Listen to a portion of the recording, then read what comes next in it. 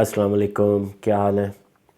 اچھا، آج جو ویلاگ میں کر رہا ہوں سارٹ آف دکھی دل ہے، کیونکہ جب چیزیں بہت زیادہ آپ کے ارد گرد ڈپریسنگ ہو جائے نا، تو پھر پتہ نہیں شاید بندہ مایوسی آ جاتی ہے یا کچھ ریئلٹی کے قریب چلا جاتا ہے۔ تو جو میں آپ سے ڈسکس کرنا چاہ رہا ہوں وہ یہ ہے کہ جو حالات چل رہے ہیں، جو فتنہ چل رہا ہے اس وقت، اور جو فتنے کا اثر پیدا ہو رہا ہے، میرے منہ میں خاک بالکل۔ مجھے نہیں لگتا کہ اگر یہ اس طرح چلتا رہا تو پاکستان کو میں 2 یا 5 سالوں تک، میکسیمم 5 سالوں تک پاکستان کو کوئی نقشے پہ دیکھوں دنیا کے۔ دیکھیں، میں اس چیز کو بہت بار دہرا چکا ہوں، میں اور دہراؤں گا، اور میں کہتا رہوں گا کہ یہ پروجیکٹ ہے، اس کا حکومت میں آنا بھی پاکستان کے لیے خطرناک ہے، اور اس کا حکومت سے باہر رہنا بھی پاکستان کے لیے خطرناک ہے۔ وجہ یہ ہے کہ یہ حکومت میں آتا ہے تو نااہل ہے، اور جان بوجھ کے، کیونکہ پروجیکٹ ہے تو اس نے پاکستان کو تباہ کرنا ہے۔ سی پیک بند کیا، دوسرے ممالک سے تعلقات خراب کیے، اپنے ملک میں کوئی پروجیکٹ پراپر نہیں اس نے لگائے، کرپشن، تحفے چوری کیے، سارے کام اس نے 2 نمبر طریقے سے کیے، بزدار، فراگوگی، ملٹری اسٹیبلشمنٹ کے ساتھ مل کے کیا کام ہو رہے تھے، روڈے کے پروجیکٹ، یہ سارے کے سارے 2 نمبریاں اس نے کی۔ اچھا، اب باہر ہے تو یہ انریسٹ پھیلا رہا ہے۔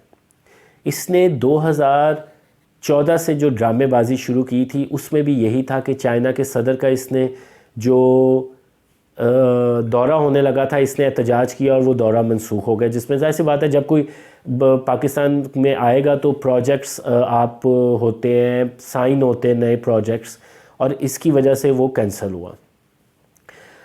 اب بھی یہ باہر بیٹھا ہوا ہے اور مسلسل جھوٹ پہ جھوٹ بول کے یہ ملک کو ڈی سٹیبلائز کر رہا ہے۔ میں سمجھتا ہوں عمران خان کی سیاست فنا ہے اگر وہ پارلیمنٹ میں جا کے بیٹھے ایز اپوزیشن، کیونکہ اس کا مقصد ہی نہیں ہے کہ وہ اپوزیشن کرے، اس کا مقصد یہ ہے افراتفری پھیلائے۔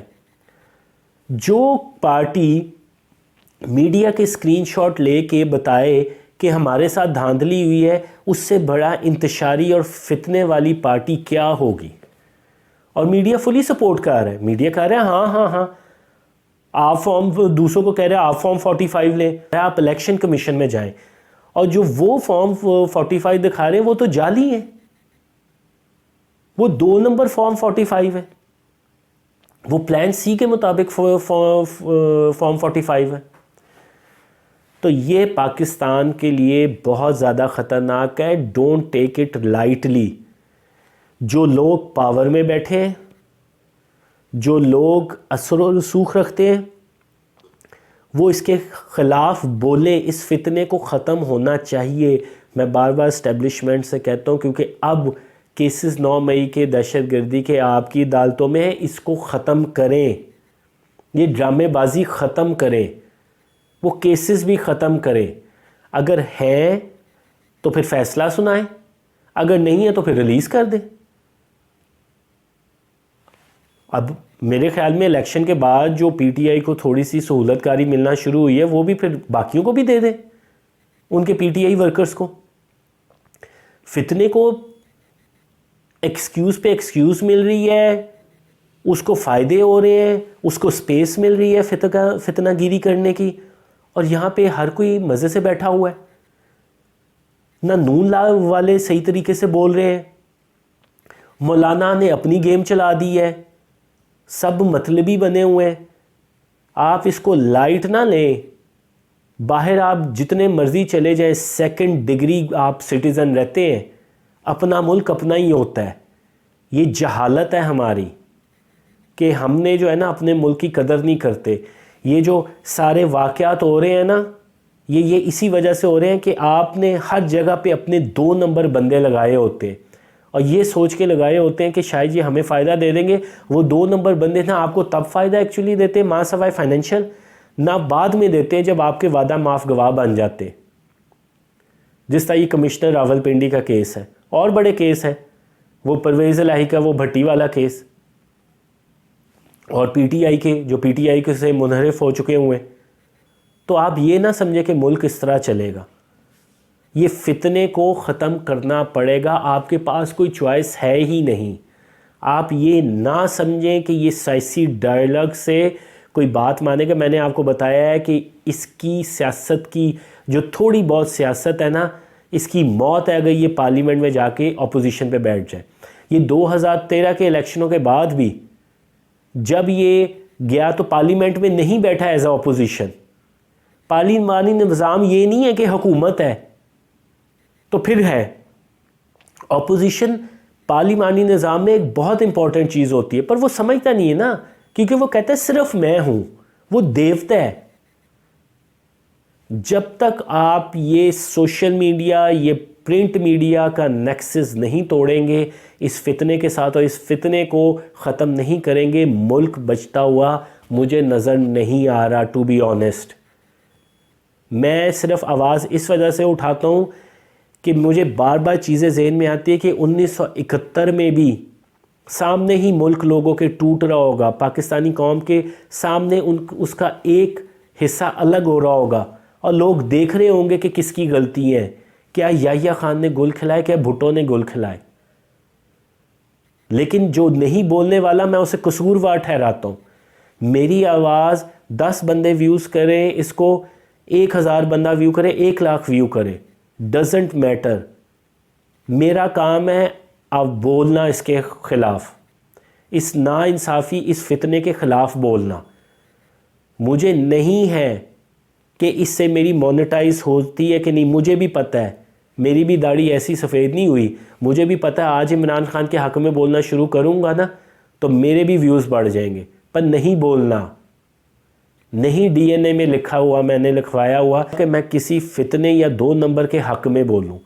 میں کہوں گا غلط اس کو، بے شک مجھے 1 ویو ملے اس کا، مجھے 1 سبسکرائبر ملے، نہ کوئی سبسکرائبر ملے، پر بولنا اس کے خلاف ہے کیونکہ یہ فتنہ ہے.